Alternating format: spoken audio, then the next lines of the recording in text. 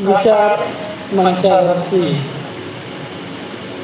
आसनस्थ झालेले आदरणीय भंतेजी धर्मसारथी, आदरणीय डॉक्टर भीमराव मोरे सर, सर्व मान्यवर आणि उपस्थित, आपण सम्राट अशोकांची जयंती साजरी करणारे सम्राट अशोकांचे वारसदार सर्वांना मी क्रांतीपूर्ण जय जय. आजचा दिवस हा अत्यंत महत्त्वाचा दिवस. सम्राट अशोकांची जयंती आपण साजरी करतो आहोत. या देशामध्ये नव्हे तर संपूर्ण जगामध्ये असा राजा दुसरा कोणीही झाला नाही. सम्राट अशोकांची महत्ता, त्यांचं कार्य एवढं मोठं आहे की संपूर्ण जग जे आहे ते सम्राट अशोकाला आदर्श राजा म्हणून मानतात. यांच्यासारखा दुसरा आदर्श राजा जगाच्या इतिहासामध्ये शोधून सुद्धा सापडू शकत नाही. का? कारण सम्राट अशोकांनी आपलं मन परिवर्तित केलं. हे लक्षात घ्या. मनाचं परिवर्तन हे जगातल्या सर्वात मोठ्या परिवर्तनातलं एक परिवर्तन आहे. मनाचं परिवर्तन हे सर्वश्रेष्ठ परिवर्तन. जो मनाच्या परिवर्तनाच्या मागे लागतो त्याला सारं जग वंदन करतं. हे लक्षात घ्या. जो मनाच्या मागे लागतो त्याच्या सारं जग मागे लागतं. याची सुरुवात जी आहे ते सर्वप्रथम कोण केली? बोधिसत्व सिद्धार्थांनी. बोधिसत्व सिद्धार्थ सर्वप्रथम कोणाच्या मागे लागलेत? आपल्या मनाच्या. हे लक्षात घ्या. स्वतःच्या मनाच्या. आपणही लागतो मागं, असं काही आपल्याला मागं लागणं जे आहे ते खूप आवडतं. पण कोणाच्या मागं? दुसऱ्याच्या मनाच्या मागं जे आहे ते आपण जास्त लागतो. तू कर, तू कर. बरोबर आहे ना? यानं असं केलं पाहिजे, त्यानं असं केलं पाहिजे. याच्या मागं जे आहे ते आपण जास्त लागतो. स्वतःच्या मनाच्या मागं जे आहे ते लागणं सर्वात कठीण काम आहे. हा, बरोबर आहे की नाही? आणि स्वतःच्या मनाचं परिवर्तन करणारा माणूस हा सर्वश्रेष्ठ सुखाला प्राप्त होतो. मग भगवान गौतम बुद्ध म्हणाले की न परेसंग विलोमानी न परेसंग कथा कथन अत्तनोव अवेख्येय कथानी कथानी. याचा अर्थ काय होते? याचा अर्थ असा होते की दुसऱ्याचे दोष, दुसऱ्याचं कृत, दुसऱ्याचं अकृत पाहण्यात वेळ घालवू नका. याच्यात काही तथ्य नाही आहे. कोणाचं कृत आणि कोणाचं अकृत पाहिलं पाहिजे? स्वतःच.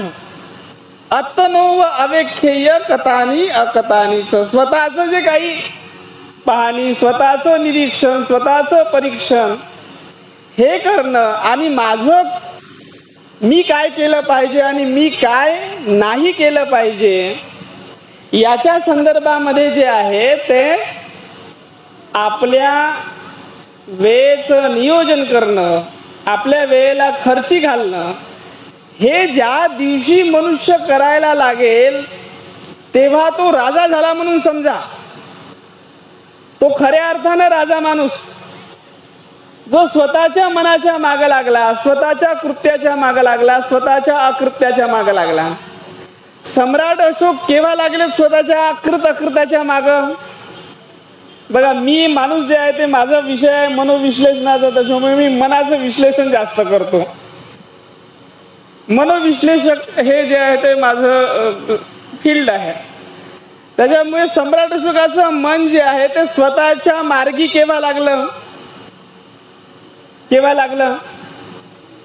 हा, म्हणजे जेव्हा कलिंगाचं युद्ध झालं त्याच्यानंतर जे आहे त्यांनी स्वतःचं निरीक्षण परीक्षण करायला सुरुवात केली ना. त्याच्या अगोदर काय होतं? त्याचं मन जे आहे ना ते दुसऱ्यांनी दिलेल्या संस्काराच्या अनुसार जे आहे ते चालत होतं. त्याच्यावरती आता राजाचा पोरगा, राजाच्या पोराच्या वरती संस्कार कोणते होते? राजविस्तार करण्याचा.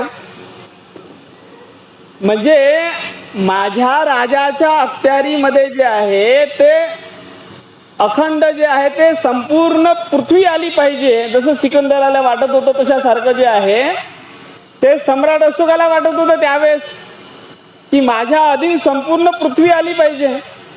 त्यामुळे जे जे लोक अधीनता स्वीकार करणार नाहीत त्यांना काय करायचं? बाय हुक और क्रूक युद्ध करून जे आहे ते काय करायचं? म्हणजे जर समजा असं प्रेमानं नाही आलं किंवा सांगून नाही आलं, कोणी जे आहे ते म्हटलं की बाबा माझं मांडलिकत्व स्वीकार करतो, नाही आला तर त्याच्यासोबत युद्ध करा आणि युद्ध करून जे आहे त्यांचं साम्राज्य आपल्या याच्यामध्ये विलीन करा. म्हणूनच त्यांनी केलं ना कलिंगावरती स्वारी. एकटा कलिंग प्रदेश होता जो जे आहे ते त्याला टक्कर देत होता. तर हा गेला जे आहे ते आपलं सैन्य घेऊन आणि काय केलं? युद्ध जिंकलं. कित्येक लोक जे आहे ते मारलेत. युद्ध म्हटलं तर जे आहे ते मारामारी होणेच आहे. आपल्या घरामध्ये युद्ध होते तर मारामारी शिवाय होते का? समाजामध्ये सुद्धा युद्ध होते तर मारामारी तर चालतेच ना. युद्ध म्हटलं तर मारामारी होणे आहे. बाहेरचं युद्ध, बाह्य युद्ध. युद्धाचे दोन प्रकार आहेत, एक आंतरिक युद्ध आहे आणि एक बाह्य युद्ध आहे. आंतरिक युद्ध जे आहे ते करायला माणूस विचारच नाही करत. त्याच्यासाठी दृष्टी खुलणं फार गरजेची असतं है ना. एवढा मोठा प्रसंग घडला त्याच्यानंतर जे आहे त्यांची दृष्टी खुलली. म्हटलं हे युद्ध तर काही कामाचं नाही, याच्यामध्ये तर रक्तपात होऊन राहिलेला आहे, हिंसा होऊन राहिलेली आहे. हे युद्ध कामाचं आहे का? नाही. तर सम्राट अशोकांपासून ही गोष्ट शिकणं फार महत्वाची आहे. जयंती कशासाठी करायची असते? आपला हा जो काही समाज आहे ज्याला आपण आंबेडकरी समाज म्हणतो, बुद्धिजीवी समाज आहे, आतापासूनचाच आहे का जगामध्ये? आतापासूनचा हा समाज आहे का बुद्धिजीवी? नाही. याला इतिहासाची जे आहे ते वारसा आहे. आधीपासूनच बुद्धिजीवी आहे आणि यांनी जे आहे ते असे आदर्श निवडलेले आहेत जे आदर्श घेण्याजोगे आहेत. म्हणूनच आपण त्यांची जयंती साजरी करतो ना, की आपल्या जनरेशनने त्यांचे आदर्श घेतले पाहिजेत. याच्यासाठी जयंती आहे, लक्षात घ्या. सम्राट अशोकांची जयंती, महात्मा फुलेची जयंती, बाबासाहेबाची जयंती, कबीराची जयंती, हे कशासाठी आपण साजरी करतो? त्यांच्या कार्याचा, त्यांच्या विचाराचा वारसा आपण आणि आपल्या येणाऱ्या जनरेशननी घेतला पाहिजे त्याच्यासाठी. बरोबर आहे? तर सम्राट अशोकांपासून पहिली गोष्ट शिकण्यासारखी कोणती आहे? डोळे खोलणं, नाही का? डोळे खोलणं फार गरजेचं आहे. डोळे खुलले त्यांचेवाले. काय डोळे खुलले? पहिले चक्षु कोणते उघडलेत? हे उघडले की या युद्धानं काहीही साध्य होत नाही. मारामारी करून, झगडे करून, कलह करून, खून खराबा करून काही साध्य होते का? एवढ्या साऱ्या लोकांचे जे आहे ते या ठिकाणी प्राण गेलेत. रक्ताची धार वाहायला लागली, रक्ताच्या नद्या वाहायला लागल्यात. म्हणजे हे थोडस जास्त झालं मला अतिशयोक्ती, रक्ताच्या नद्या वाहणं. पण आपण सांगतो की त्याच्यावरून एक कल्पना येते की किती मोठं रक्त सांडलं असेल, नाही का? तर हे करून काही फायदा आहे का? तर ही गोष्ट जी आहे ते जयंतीच्या दिनानिमित्त आपण स्वीकारली पाहिजे की युद्ध जे आहे ते स्वतःशी करायचं आहे, इतरांशी नाही. दुसऱ्याशी भांडून झगडून जे आहे ते काहीही साध्य होत नाही. त्याच्यामुळे जर तुम्ही भांडत असाल तर पहिले जे आहे ते भांडण सोडून द्यायचं. म्हणजे जाऊन जे आहे ते दुसऱ्या जाऊ सोबत भांडू नये. बरोबर आहे ना? सासून सुनेसोबत भांडू नये, सुनेनं सासू सोबत भांडू नये, भावानं भावासोबत भांडू नये. भांडण्याचा संस्कार कोणाचा आहे? आपल्या व्यवस्थेचा आहे का? दुसऱ्या व्यवस्थेचा आहे. ते भांडण करतात, आपण भांडण करत नाही. ते सांगतात भावाभावामध्ये भांडण करायचं, संपत्तीसाठी भांडण करायचं. थोडशा जे आहे ते थोडशा गोष्टीसाठी भांडण करायचं, हे कोण सांगतात? दुसरी व्यवस्था. आपली व्यवस्था सांगते का तशी? म्हणून भांडण करायचं नाही, युद्ध करायचं नाही. तर युद्ध जे आहे ते कोणाशी करायचं आहे? असं नाही की युद्ध करणं वाईट आहे म्हणून. युद्ध करायचं आहे स्वतःच्या मनाशी. म्हणजे तुम्हाला वाम मार्गाकडे घेऊन जाऊन राहिलेला आहे, म्हणजे आपल्याला जे आहे ते गलत दिशेनं घेऊन जाऊन राहिलेला आहे. तर मनाशी युद्ध करायचं आहे की मनाला जाऊ द्यायचं नाही आहे. जिथे जिथे मन जाऊन राहिलेलं आहे तिकडं जाण्याचा प्रयत्न करून त्याला कापायचं. त्याचे हात कापा, पाय कापा, त्याची गर्दन कापा. कोणाची कापायची आहे? मनाची कापायची आहे. जो मनाची ही जी प्रवृत्ती आहे अकुशल मार्गाकडे घेऊन जाण्याची, अकुशलांकडे घेऊन जाण्याची, वाईट मार्गाकडे घेऊन जाण्याची, त्या प्रवृत्तीला कापायचा. जो या प्रवृत्तीला कापतो त्याला म्हणतात अरहत. हे लक्षात घ्या. म्हणजे अरहत होण्याचा आदर्श जे आहे ते कोण सांगितलेला आहे? भगवान बुद्धांनी सांगितलेला आहे. भगवान बुद्ध जगातले पहिले अरहत. म्हणून म्हणता ना तुम्ही वंदना म्हणता, बुद्ध वंदना म्हणा बरं. काय म्हणता? बुद्ध वंदना येते ना? काय म्हणा? इतिपिसो बुद्ध वंदना, इतिपिसो भगवा अरहंग. अरहंग म्हणजे अरहत. अरहंग म्हणजे अरहत, पहिलं गुण आहे. अरहत म्हणजे मोठा जे आहे ते 302 ज्याच्यावरती लागलेला आहे तो माणूस. कलम 302 म्हणजे ज्यानं आपल्या मनाला पूर्ण कापून टाकलं, ठेवलंच नाही मरतपर्यंत, त्याला म्हणतात अरहत. समजले की नाही समजले? ते अरहत आहेत. तर असं कापाचं जे आहे ते सिस्टम जे आहे ते सम्राट अशोकाला त्याच्या गुरुनं सांगितली. गुरुशिवाय मार्ग नाही, आचार्याशिवाय मार्ग नाही. त्याचा आचार्य केवढा मोठा, मोगलीपुत्र तिस्स.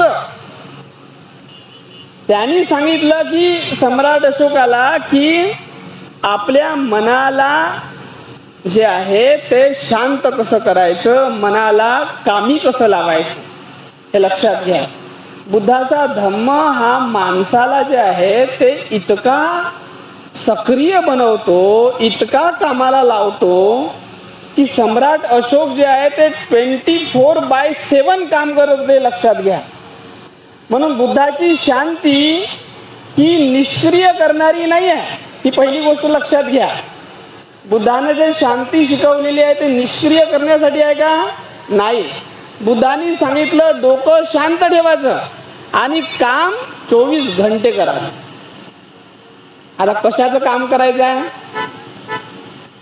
काम याचं करायचं आहे की तुम्हाला जो मार्ग गवसलेला आहे, आता डोकं शांत ठेवायचा आणि सतत काम करायचं, तो मार्ग इतरांना शिकवायचा. तो हिताचा मार्ग आहे, तो सुखाचा मार्ग आहे. 24/7 तुमचं धन, तुमची संपत्ती, तुमचं पद, तुमची प्रतिष्ठा, तुमचं ज्ञान, तुमची सेवा, जे तुम्हाला जमतं ते समाजाच्या कामी लावायचं आहे. बरोबर आहे ना? तर सम्राट अशोकानं लावलं ना कामी 24/7. हे लक्षात घ्या. त्यांनी शिलालेख लिहिलेला आहे. का शिलालेखामध्ये ही गोष्ट मांडलेली आहे की मी 24 घंटे धम्माचा विजय, काय म्हणलं? धम्म विजय, धम्माचा विजय प्राप्त करण्यासाठी 24 घंटे क्रियाशील आहोत. ज्यांना कुणाला माझी आवश्यकता लागत आहे, माझी सेवा लागत आहे, तर त्यांनी मला झोपेत असताना सुद्धा उठवावं. मी त्यावेळेस सुद्धा उठेल आणि या कामी लागेल. That is what the dedication. समर्पण ज्याला आपण म्हणतो ना एखाद्या कार्याप्रती, ते सम्राट अशोकापासून आपण शिकलं पाहिजे. हे लक्षात घ्या. त्यांनी आपल्या पदाचा, संपत्तीचा, वेळेचा संपूर्ण वापर जे आहे ते कशासाठी वापरला? धम्माचा प्रचार प्रसार करण्यासाठी. आणि त्यासाठी जे आहे त्यांची जे सिस्टम आहे, त्यांची जे पॉलिसी आहे, त्यांची जे मेथोडॉलॉजी आहे ती शिकण्यासारखी आहे. आपण जर स्वीकारली तर या समाजाला जो अशा पद्धतीचे आदर्श घेऊन चालणारा आहे त्यांना कुणीही पराजित करू शकत नाही. समजले की नाही समजले? सर्वपरी चारही बाजूनं दाही दिशेनं जे आहे त्यांनी प्रचार प्रसाराचं जे काही माध्यम आहे ते इतकं विकसित केलं की आज जे जगामध्ये बौद्ध धम्म आपल्याला दिसतो तो कोणामुळे आहे? कोणामुळे आहे? कोणामुळे आहे? सम्राट अशोकांमुळे आहे. लक्षात घ्या. त्यांचं चित्त किती मोठं, किती महान हे लक्षात घ्या. प्रचार प्रसार करायचा तर धम्माचा करा, अधर्माचा प्रचार प्रसार करून काय फायदा? जे काही साधनं आहे, जी काही संपत्ती आहे त्याच्या कामी लावा, नाही का? तर सम्राट अशोकापासून हे गुण शिकण्यासारखं आहे. दुसरी गोष्ट फार महत्वाची, सम्राट अशोकांनी आता कार्यप्रणालीला सुरुवात केली. धम्म समजला, लोकांना समजावून सांगायचं आहे, तर काय केलं त्यांनी? त्रिपिटकाला घेऊन चाललेत का? म्हणजे त्रिपिटक जे आहे ते एवढं मोठं विशाल साहित्य आहे. त्यांनी काय केलं? लोकांना समजेल, लोकांना कळेल अशा भाषेमध्ये धर्माची तत्व जे आहे ते लिहून ठेवलेत. कुठं? जिथं जिथं लोकांच्या नजरा जातील तिथं तिथं. बरोबर आहे ना?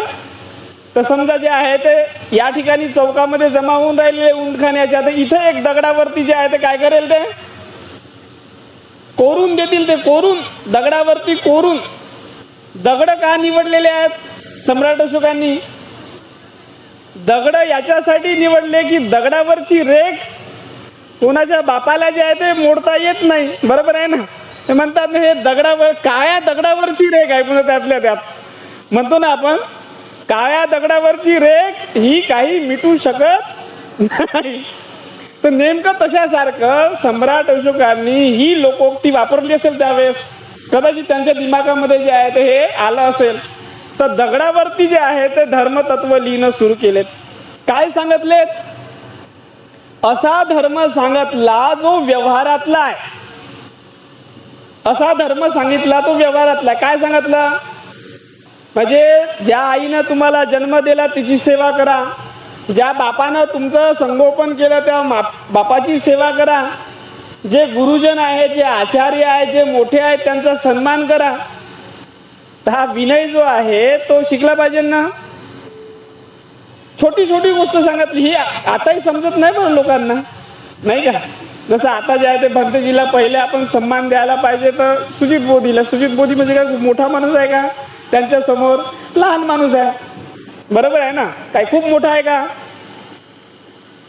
मोठे मोठे व्यक्ती जे आहे ते आमच्या समोर ज्या गोटे सर आहेत, खूप मोठे जे आहे ते उंचीचे आहेत, त्यांचं आयुष्य गेलेलं आहे, त्यांचा सन्मान जे आहे ते आधी व्हायला पाहिजे ना. तर आचार्यांचा सन्मान, गुरुजनांचा सन्मान आधी, हे लक्षात घ्या. हे कोण शिकवलं? सम्राट अशोकाने. छोट्या छोट्या गोष्टी समजले की नाही समजले? जे लोक व्यवहारामध्ये लोकांना अनुकरण करण्यासाठी, लोकांना जे आहे ते त्या गोष्टी करण्यासाठी लवकर समजेल सहज भाषेमध्ये. दुसरं काय केलं? दुसरं जे आहे ते प्रतीकातून धम्म जो आहे तो सांगणं सुरू केला. प्रतीक जे आहे ते लवकर लक्षात राहतात.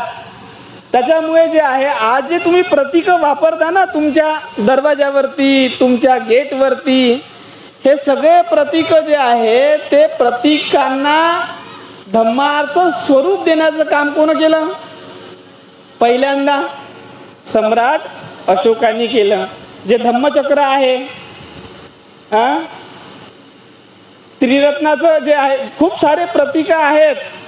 तुम्ही या आमच्या डिपार्टमेंटमध्ये तुम्हाला शिकवतो, ऍडमिशन घ्या बुद्धिस्ट स्टडीजला, मग मी शिकवतो तुम्हाला कोणते कोणते प्रतीक आहेत. तर या देशामध्ये एकूण एक प्रतीक जे आहेत ना ते सम्राट अशोकांनी आणि त्यांच्या नंतर येणाऱ्या राजांनी, बौद्धांनी निर्माण केलेले आहेत आणि मग ते बाकीच्यांनी चोरलेले आहेत. हे लक्षात घ्या. प्रतीकांचा त्रिरत्नाचं जे आहे ते प्रतीक आहे ना, हे आता जे त्रिशूल दिसतं ना, ते त्रिशूल हे त्रिरत्नाचं प्रतीक आहे. समजले की नाही समजले? हे तुम्हाला साचीला जा, तुम्हाला साचीच्या गेटवरती दिसते. धम्मचक्राचं प्रतीक जे आपल्या तिरंगावरती आहे ते कोणी? सम्राट अशोकाने निर्माण केलेलं आहे. तर हे प्रतीकाची संस्कृती कोण निर्माण केली? सम्राट अशोकांनी. आज जेवढ्या मोठ्या प्रमाणात भारतात एकूण एक प्रतीक दिसतात ते सगळे बौद्धांचे प्रतीक आहेत. समजले की नाही समजले? त्यानंतर जिथे जिथे दगड दिसला, म्हणजे दगडाच्या माग लागणारा पहिला राजा हा सम्राट अशोक आहे. दगडांवरती शिलालेख, दगडांना कोरून जे आहे त्याच्यामध्ये गुफा बनवणं, हे महाराष्ट्रामध्ये जेवढ्या लेण्या दिसतात ना, ह्या सगळ्या लेण्यांची जे काही अनुकरण आहे ते कोणी केलेलं, कुठून आलेलं आहे? सम्राट अशोकांपासून. सम्राट अशोकांनी सर्वप्रथम लेण्या निर्माण केल्या बिहारमध्ये तिकडे, ठीक आहे. आणि त्या लेण्यांची डिझाईन बाकीच्या मग महाराष्ट्रामधल्या लेण्यांनी, म्हणजे लेण्याकारांनी घेतलेली आहे. लेण्या निर्माण करण्याचं काम सम्राट अशोकांचं. देश विदेशामध्ये धर्मप्रचारक पाठवण्याचं काम सम्राट अशोकांचं, ठीक आहे.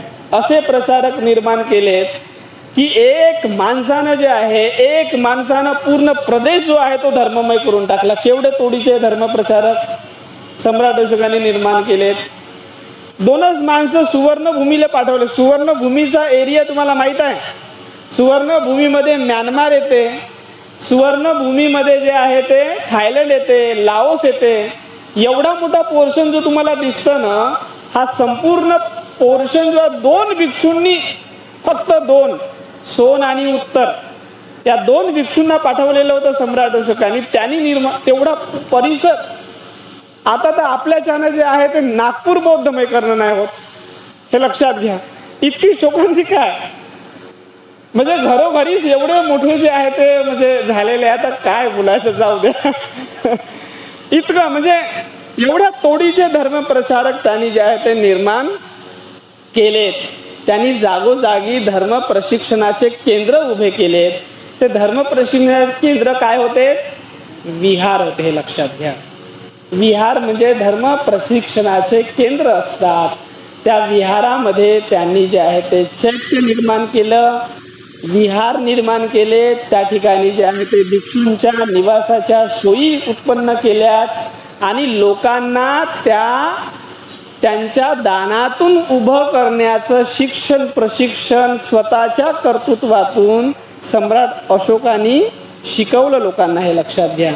तर कोणी जे आहे ते एक स्तंभ द्यायचा, तर त्याच्यावरती जे आहे ते नाव, म्हणजे तुम्ही जागोजागी जिथे जिथे उत्खनन होते तिथे तिथे दानदात्यांचे नावं दिसतात. आणि तुमच्या आमच्या सारखे, जसे आता एक उपासिका आणि त्यांनी जे आहे ते भंतेजीला वंदन केलं आणि आपल्या खिशातून जे आहे ते आजीबाईची पेवली जी आहे त्याच्यातून काढली 100 रुपये भंतेजीला दान दिले. हे कोण शिकवलेला आहे? हा संस्कार कोण दिलेला आहे? हा संस्कार दिला सम्राट अशोकाने, हे लक्षात घ्या. समजले की नाही समजलं? तर ही गोष्ट जी आहे अत्यंत महत्वाची. म्हणून आपण जे आहे ना ते आपण सम्राट अशोकांना शिकणं, जाणणं अत्यंत महत्वाचं आहे. आणि ज्या ज्या चांगल्या गोष्टी करता येतात त्या सगळ्या सम्राट अशोकांनी या देशाला शिकवलेल्या आहेत, ही गोष्ट समजून घ्या. आणि जे जे कलुषित करतात, जे जे या व्यवस्थेला हानी पोहोचवतात, त्यांची हकालपट्टी सुद्धा केलेली आहे सम्राट अशोकांनी, हे लक्षात घ्या. ते चिवर मधले असो की उपासक असो, तिथे जे आहे म्हणजे तो चंड, त्याची प्रवृत्ती गेली नव्हती, हे लक्षात घ्या. त्याला चंडाशोक म्हणायचेत ना. आयुष्यभरपर्यंत त्यांनी चंडाशोक हा रीती वापरली, हे लक्षात घ्या. पण चंडपणा त्यांनी कशासाठी वापरला? जे कलुषित करून राहिलेल्या व्यवस्थेला, जे प्रदूषित करून राहिलेले आहेत त्यांना सरळ आणण्यासाठी. तर ते शिलालेखामध्ये आहे बरं त्यांचा, की जे कोणी लोक जे आहे ते धर्माला, बुद्धाच्या शासनाला काय करून राहील? प्रदूषित करतील, घाण करतील, त्यांनी असं समजू नये की मी त्यांच्यावरती कठोर कारवाई करणार नाही, हे लक्षात घ्या. तर ही एवढी मोठी गोष्ट जी आहे, एवढा मोठा जाणता राजा, एवढ्या मोठ्या मनाचा राजा भारताला सम्राट अशोकाखेरीज मिळाला नाही. बाकी सगळे चिल्लर आहेत, हे लक्षात घ्या. सम्राट अशोकांसमोर बाकी सगळे काय आहेत? चिल्लर. म्हणजे चिल्लरचा अर्थ असा समजू नये, चिल्लर म्हणजे छोट्या कधीच, छोटा कद. असं नाही की त्यांचं मूल्य नाही. चिल्लर म्हणजे काय? चिल्लर म्हणजे 1 रुपया, 2 रुपया, 5 रुपये, त्याचं मूल्य आहे, अशातला काही भाग नाही. पण हे आहे हजाराची नोट, लाखो करोडोची नोट आहे, लक्षात घ्या. सम्राट अशोक, त्यांच्या समोर कोणीही उभे राहू शकत नाही. एवढ्या मोठ्या मनाचा, एवढ्या मोठ्या कदाचा राजा जो आहे आपल्याला मिळालेला, त्या राजाची जयंती आपण करतो आहोत. तुम्ही मिरवणूक काढली ना, हे मिरवणूक सुद्धा कोण शिकवली तुम्हाला माहित आहे? सम्राट अशोकाने शिकवलेली आहेत. त्यांनी पहिले तीर्थयात्रा काढली, धर्मयात्रा काढली. ते गेले पहिले जे आहे ते भगवान गौतम बुद्धांची बुद्ध गयेला, समजले? प्रतीकांची यात्रा काढण्याची सवय सुद्धा सम्राट अशोकाने लावलेली आहे. तर एकूण एक सवयी ह्या सम्राट अशोकाने शिकवलेल्या आहेत, ज्या ज्या चांगल्या दिसतात. ठीक आहे. तर एवढं जे आहे ते आजच्या प्रसंगी तुम्ही समजून घ्यावं. आणि मी थोडंसं 5-10 मिनिट जास्त बोललो गेलं असेल तर आयोजकांनी मला माफ करावं. आणि मी माझ्या वाणीला या ठिकाणी थांबवतो आणि सर्वांना जे आहे ते सम्राट अशोकाच्या जयंतीच्या शुभेच्छा देतो. आणि इथून काय घेऊन जायचं तुम्ही? तर हेच घेऊन जायचं की सम्राट अशोकाचा वारसा जो आहे तो आपण चालवला पाहिजे. काय केलं पाहिजे? घरी जे आहे ते प्रसन्नता ठेवा, घरी जे आहे ते प्रतीकांची पूजा करा, भगवान बुद्धांची पूजा करा, त्यांचं वंदन करा. ते केल्यानंतर आपल्या आईवडिलांना त्यांची सेवा करा, आपल्या घरी जे काही वृद्धजन आहेत त्यांची सेवा करा. हे आपण त्यांच्यापासून स्वीकारलं पाहिजे. आपल्या शेजाऱ्यांवरती प्रेम करा. आपल्या शेजाऱ्यांना जे आहेत थोडंसं जे आहे ते 2 शब्द प्रेमाचे बोला. कोणी तुमच्या घरी येत असेल तर त्यांना थोडशातून थोडंसं द्या. असंच म्हणजे जे आहे ते पाठवू नका की बाबा घरी आला आणि बिना खाता पिताच चालला गेला, नाही का? असं होता कामा नाही. या छोट्या छोट्या गोष्टी व्यवहारातल्या ज्या आपण चांगल्या करू शकतो त्या आपण केल्या पाहिजेत. आणि सर्वात मोठी आणि महत्त्वाची गोष्ट ते धम्माचा विजय करण्याची, ती गुण जो आहे तो अशोकाच्या, सम्राट अशोकांपासून आपण सर्वांनी शिकला पाहिजे. धम्माचा विजय हा सर्वात मोठा विजय आहे, हे आजच्या प्रसंगी लक्षात घेतलं पाहिजे. खूप खूप आभार, खूप खूप धन्यवाद सर्वांचे.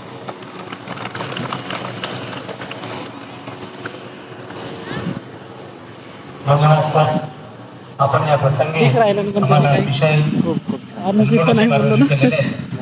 यानंतर मी डॉक्टर भीमराव